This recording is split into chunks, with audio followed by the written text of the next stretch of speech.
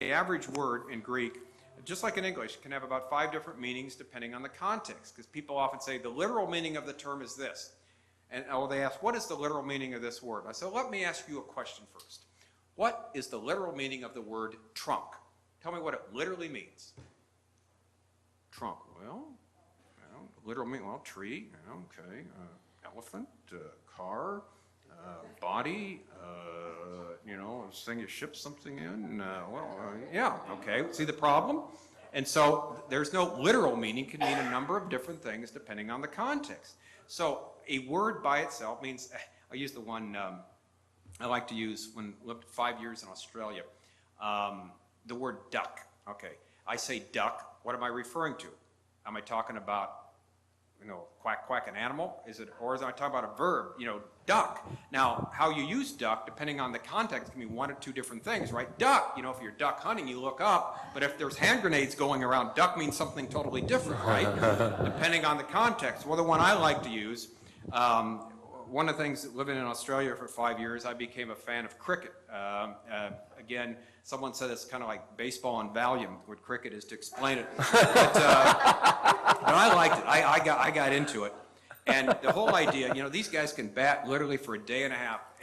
But if a batsman gets up and he gets out without getting any run, it's called a duck. And so someone's out for a duck. So when you hear, the first pitch or something like that, and the guy, gets batted out, the commentator will say, duck. Well, in that context, the guy's out for a 0 and he has to walk across the whole pitch, and they show this in the background, on the screen, this duck going whack, whack, whack as he's walking off, and that's very embarrassing. He's got to walk cap in hand out, where he could be batting for a day and a half, and first ball out, he's out for a duck. So anyway, it depends on the context. So the words based upon how they're used in a only mean what they mean in a context, but even more than that. Let me give you another illustration. All right, I make this statement to you. He sold a lot of stock. What am I referring to? Well, depends on who we're talking about, right? Am I talking about Wall Street? Am I talking about, the general store? Am I talking about, the farm? Again, so you need even a complete sentence. You need a bigger context than that. And here's your basic illustration. Here, I don't know if again, forgive me if I use this with you guys. I've been doing question and answer at all these churches around Hawaii. If I repeat myself, forgive me. But in the 11th chapter of the Gospel of John, we've got 2 sisters of Lazarus, Mary and Martha, say the exact same thing. Did we do this with you guys? No? Okay. No. They said this to Jesus.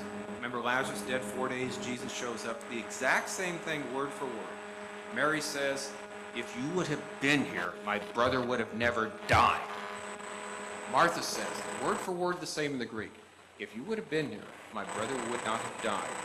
But now I know whatever you ask God, he will do. Word for word the same, the first part of it, but the inflection was totally different.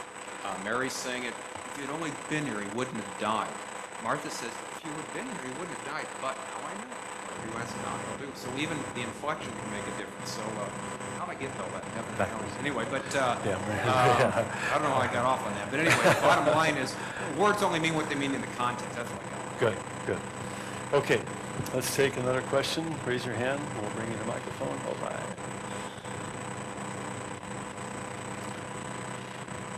Thank you, Pastor Don. I got a question that comes out of Matthew chapter 24.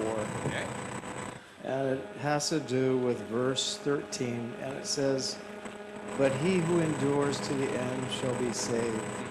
And it's also echoed in Matthew 10, verse 22. The question is, we've often heard from the pulpit, once saved, always saved. Mm-hmm. So how does this correlate to this verse? Context. Remember what the questions he's answering there. 3 questions in Matthew 24. When he talked about the city of Jerusalem being destroyed, the temple being destroyed, the disciples asked him 3 questions. When shall these things be? What is the sign of your coming and the end of the age? He's talking about the end of the age before his coming, and he's talking about saved. Now, the word saved in Greek does not always mean saved from sin. Sometimes it means saved from, your life is saved. It means delivered from something, health on that. It depends upon the context how it's used. The one that endures to the end, this one shall be delivered or be saved. Well, possibly in this context, he's talking about the time before he comes back, because he gets on, actually in verse 15, talking about the abomination of desolation, 21, the Great Tribulation. Some people think saved in that context means if you endure to the end, you're saved to enter the kingdom of God, because this is where it's open season on the Jewish believers, the Jewish nation, the Jewish believers at that time. And so, we talked about last week the question of perseverance, and some people will argue, and they will use this verse, those that endure to the end will be saved. The fifth point of the 5 points of Calvinism is perseverance, the perseverance of the saints, and you persevere in holiness, according to the point 5 of Calvinism, to show that you're saved. The saints will persevere because they are, if we remember last week, they are the called, they're irresistibly, God's irresistible grace is bringing them into the kingdom. And so Matthew 24:13 doesn't necessarily have to do with something like that. And so the salvation here could be deliverance from the, from death. And sometimes, in fact, the word sozo in Greek is used many times of physical deliverance, not necessarily spiritual salvation. And even when it's used of spiritual salvation, remember salvation's in 3 tenses, right? You have been saved, justified when you come to Christ. You are now being saved. As you're a Christian, being sanctified, set apart, you will be saved someday when you're glorified. So you have been justified, you are being sanctified, you will be glorified. So basically, this verse is used sometimes with this whole question of perseverance of the saints, or eternal security, like we said last week, which are 2 different things. They are not the same thing. And it's funny, I was reading a very good commentary on Jude. I won't mention his name, the commentator. I was almost going to recommend it when we did the thing on Saturday. But he gets him confused. He says, I believe, he's a Calvinist, but I believe in eternal security. And he was going on, he's confusing the terms. They're not the same thing, not at all. And sometimes this verse is used for that. But in the context there, Jesus is talking about enduring until he comes back and sets up his kingdom. So the context there is one of, eschatology or end times, end days. Now, 1022 is the other one, is that right? Look at that one real quick, if I can see it without my contacts in.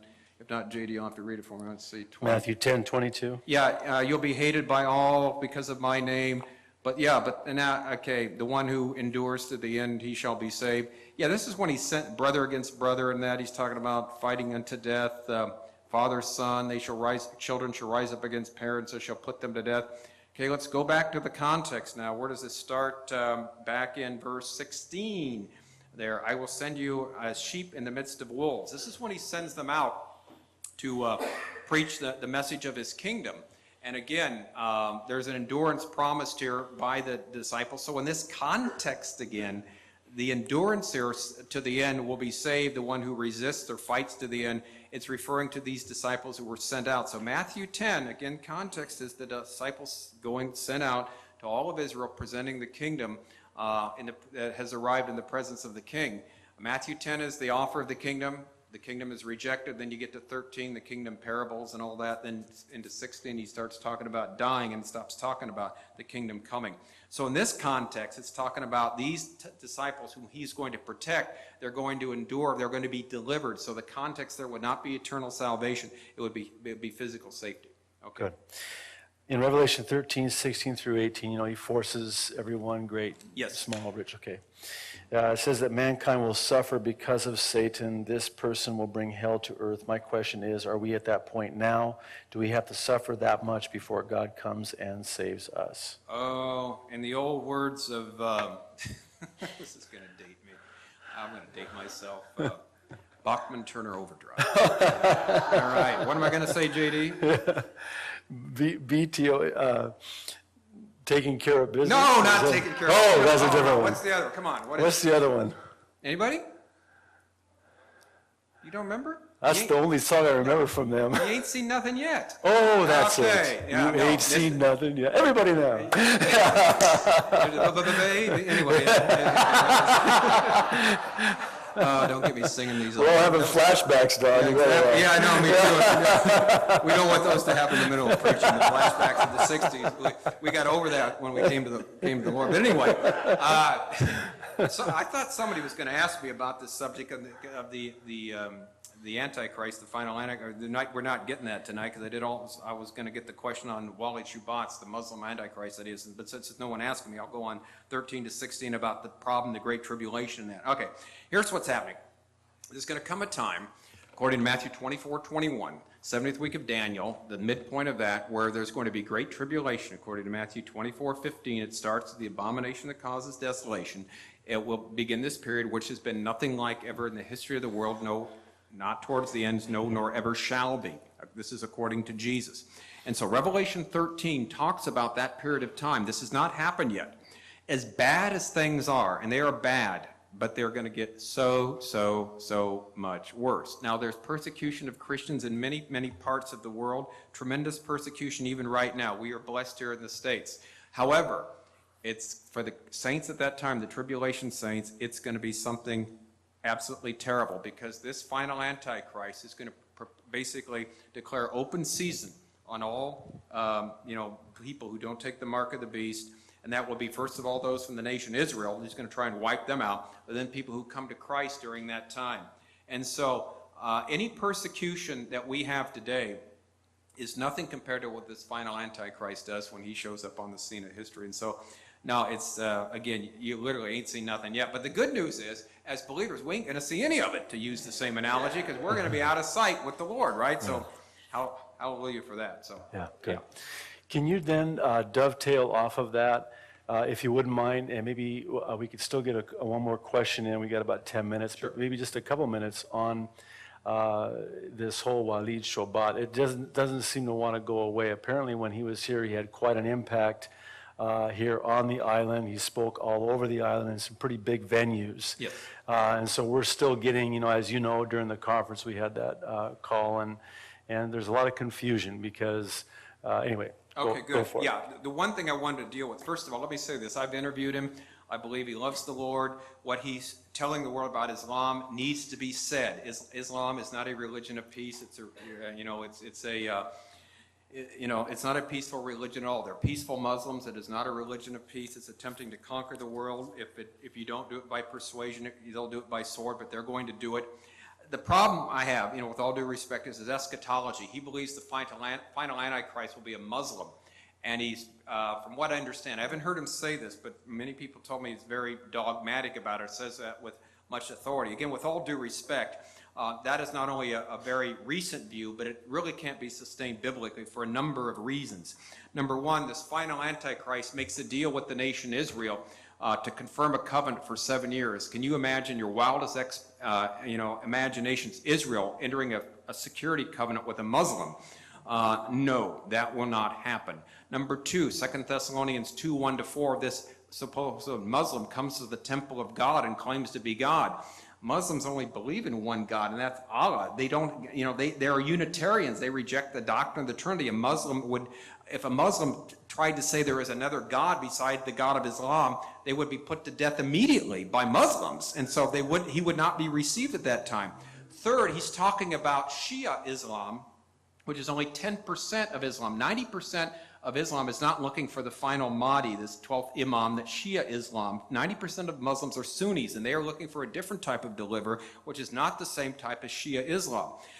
Islam has totally confused last days eschatology, not only contradictory things, but incomplete things. So there's no systematic theology of what's going to happen in the last days. So Wally Shubat, Joel Richardson, Philip Goodman, I believe is his name, and what's the guy's name? Joe Van Covering have all written books on, being the Antichrist will be an Assyrian, but it's only Shubat that basically, and I think Richardson too, says he's going to be a Muslim.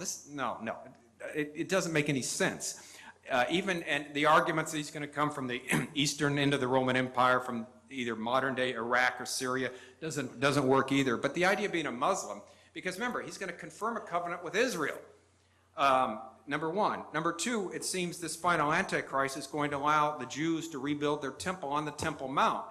Now, if you know anything about Islam, every time they conquer a piece of land, it is theirs forever.